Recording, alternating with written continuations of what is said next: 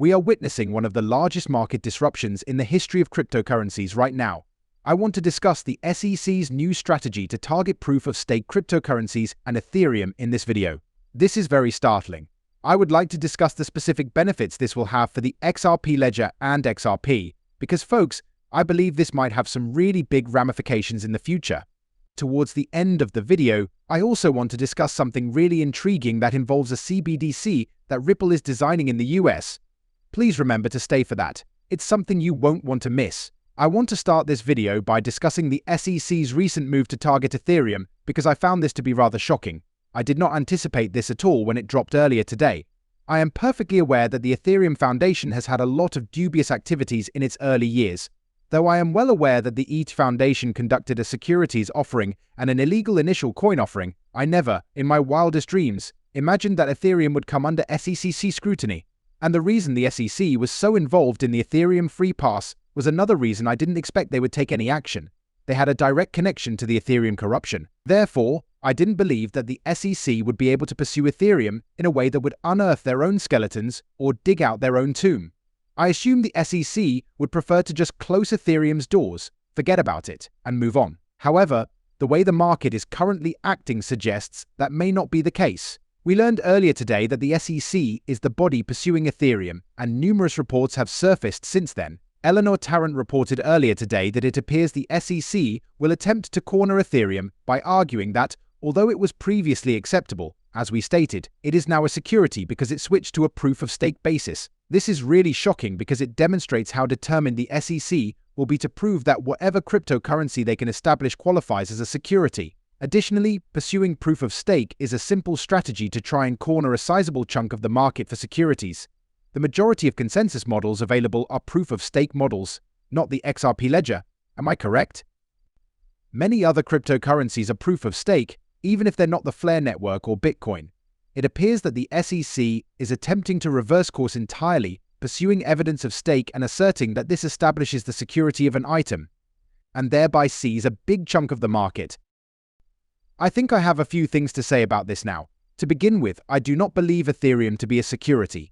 For me, an initial coin offering ICO is a securities transaction. I believe that the initial information regarding the unnamed whales is rather shady. Though I personally don't believe Ethereum should be a security, all of it is correct, in my opinion. The SEC's record in court is appalling. Although I don't think they will win, I do think there will be a lot of turmoil on Ethereum, and that the Ethereum network will experience the same level of dread as the XRP community had during that case. Furthermore, I believe that this is only the beginning in terms of proof-of-stake related difficulties. It goes without saying that the SEC will fight this, attempt to gain control of proof-of-stake networks, and use it as leverage for their regulatory authority. But the problems with evidence of stake are far more numerous. I've never been able to get past the idea that the largest number of tokens determines proof of stake, which seems like a major issue. The number of large holders in a network is the only thing that truly distinguishes it as decentralized if I can just purchase influence into it. Because they vastly exceed the purchasing power of any individual retail holder, should a government agency or other huge organization, such as BlackRock, decide to intervene and begin buying tokens in order to seize control. Therefore, by simply acquiring a substantial share of the token, these big corporations may simply take over these networks. This has always seemed like a major problem with the proof-of-stake concept as a whole. The governance of these networks has always been very problematic in this regard.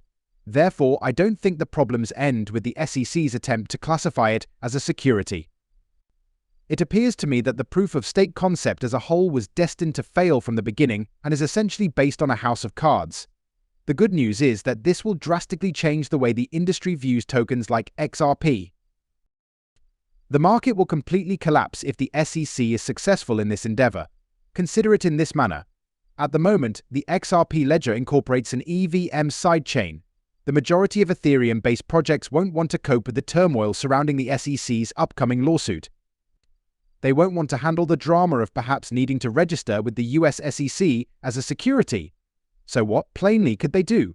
They may use the EVM sidechain to access the XRP Ledger and begin developing there. Alternatively, companies might simply migrate to the XRP Ledger and construct natively. This similar staking risk does not exist on the XRP Ledger. There is no proof of stake network in the XRP Ledger. Thus, all things considered, this is really encouraging for the XRP Ledger's future. It's a huge plus for the carefully considered consensus process that the XRP Ledger has had from the beginning. Currently, I do not desire regulatory capture to benefit the XRP Ledger. The SEC is clamping down on proof of stake, and I don't even know how they're going to call that a security. Therefore, I don't want the XRP Ledger to prevail. However, if the SEC truly does crack down on this proof of stake paradigm, I have no doubt that the XRP Ledger will profit greatly in the end. A house of cards serves as proof of stake. This, in my opinion, will only serve to emphasize its shortcomings. Furthermore, networks with even stronger construction are those like the XRP Ledger. Their networks are not reliant on the person with the most value, and they are totally independent of the proof of stake consensus problem. It is now the SEC's attempt to turn something into a security. Based on its fundamentals, I think the XRP Ledger will prevail in the long run. I believe that in the long run, the XRP Ledger will prevail due to Ripple's business model of starting at the top and working its way down, partnering with the world's largest institutions to win them over before bringing on its smaller clientele. It is my belief that Ripple will not prevail due to the regulatory capture of proof of stake, and that's not how I want Ripple and XRP to prevail. Ultimately, however, I believe that this will only serve to attract more projects to the XRP Ledger, especially given the clarity that XRP now possesses. It was awful to see the XRP Ledger singled out as the sole network the SEC was classifying as a security at the outset of the SEC case. Now, however, as XRP is not considered a security and Ripple has nearly finished the Ripple SEC case, this whole adventure is almost over. However, other initiatives are about to enter that uncharted territory. Now, other initiatives are under the same kind of scrutiny as Ripple and XRP did years ago. This appears to be a significant advantage. Plus, I believe that this inspection of Ethereum is going to be a major problem for the big institutions entering this space as we enter one of the greatest institutional bull markets in history. All in all, this is a total head fake that I did not anticipate seeing. But all things considered, I believe the XRP Ledger will have significant tailwinds because we have already won the war. Against the SEC, we prevailed. These are simply the beginnings of the projects. But now, I'd want to move on and discuss something that caught my attention and made me slightly gasp. This is an alliance between the Digital Dollar Project and the Digital Pound Foundation. Ripple is one of the main sponsors of the Digital Pound Foundation. Ripple has been a major player in this. Brad Garlinghouse meets with the directors of the Digital Pound Foundation on a regular basis. Although this has long been known, the Digital Dollar Project's partnership with the Digital Pound Foundation is something entirely fresh that we were totally unaware of. Throughout history, we have observed that Europe will often enact new laws, programs, or other initiatives, and the United States will follow suit, waiting to intervene if necessary to ensure the system is functioning well. In my opinion, this looks to be the same thing. In partnership with the Digital Pound Foundation, Ripple. Together with the Digital Pound Foundation, Ripple is developing a CBDC and integrating blockchain technology into their financial infrastructure. And as the Digital Dollar Project observed, it appeared to be operating quite effectively. Next, please sign us up. Folks, this seems to me like the Digital Dollar Project partnering with Ripple. The Digital Pound Foundation has featured Ripple extensively. Additionally, the Digital Dollar and the Digital Pound Foundation are currently collaborating. This is giving me every indication that Ripple will play a big role in developing both of these platforms. All in all, though, I believe the most crucial lesson we should get from this is that these two foundations are aiming to construct the financial railroads that we will be utilizing in the future. The goal of these two foundations is to provide the next generation platform for financial systems, basically for local currencies within their own jurisdictions.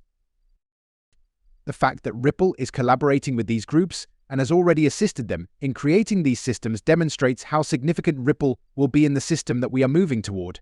Ripple is at work in the background. Retail is not the only institution that Ripple works with. They want you to be unaware of what's under construction. They want you to be blind to the development. They want to surprise you with the advancement right away. They want it to happen right now. The remaining projects, meanwhile, are frantically pushing the silliest things in an attempt to generate buzz. There are two entirely distinct approaches. However, I do think that Ripple's approach of starting at the top and moving down to retail is a much better one than attempting to convince retail to adopt the solution and then having retail persuade the large banks, the governments, and the jurisdictions to adopt the retail solution. That's not how these things operate, in my opinion. Since the beginning, I believe Ripple has had the right idea, and this merely serves as more evidence that Ripple is working with the major companies to construct these things in the background right now. I want to briefly discuss the Federal Reserve as I want to wrap up this video because I touched on it in my video from yesterday. All I want to do now is finish this video and tie everything up. Gentlemen, it appears that the Federal Reserve will be lowering interest rates at the end of the year. The Federal Reserve is essentially reaffirming that inflation is still declining, even if the past several years have seen some rough patches. All of these are incredibly positive indicators. I have seen people on X repeatedly state that the Federal Reserve should raise interest rates based on only one data point. The Federal Reserve only needs to look at one data point to cease rate decreases altogether at the end of the year. However, again and again, it has been shown that those individuals were mistaken. Not everyone is a bullshitter, in my opinion. Most people, I believe, are not anticipating rate reductions at the end of the year. On the other hand, these are the kinds of things that would take people by surprise. These are the kinds of things that the public is currently blind to. However, as the Federal Reserve lowers interest rates near the end of the year, I believe we are witnessing a perfect storm for capital to flow back into the stock market and the cryptocurrency market. Gentlemen, I am increasingly certain that we are moving in the right direction with each passing Fed meeting. We are emerging from these anxieties of a macroeconomic slowdown and returning to a situation where money may again flow into high-risk, high-growth enterprises. This is how venture capitalists view the Bitcoin space. And if everything lines up with institutional adoption, this may very well be the largest bull market in history. This story is slowly unfolding before our own eyes, even though I have been discussing it for the past 4 to 5 months.